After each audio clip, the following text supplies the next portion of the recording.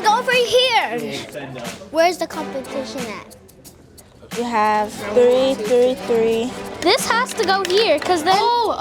Math is pretty hard and not a lot of people understand it. Over 470 students are here. There's 31 teams from 6 different districts on a Saturday. Wait, does this, yeah, there's a 3, 2 right there. All right, we're done, guys. No!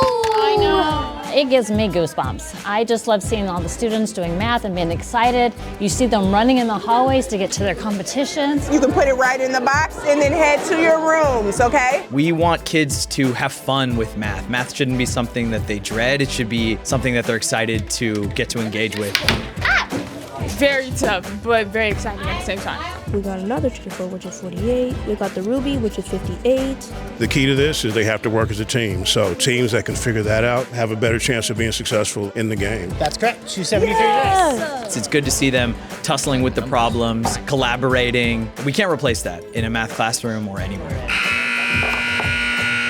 Coordinate grids, game of 24, straw tower, dominoes, number lines, graphing, fruit basket, and recipes. We're converting different things. Math helps you with a lot of things that you need in the real life. 9 times 3. There's something really special and old school and amazing about doing pencil and paper math. It's pretty hard.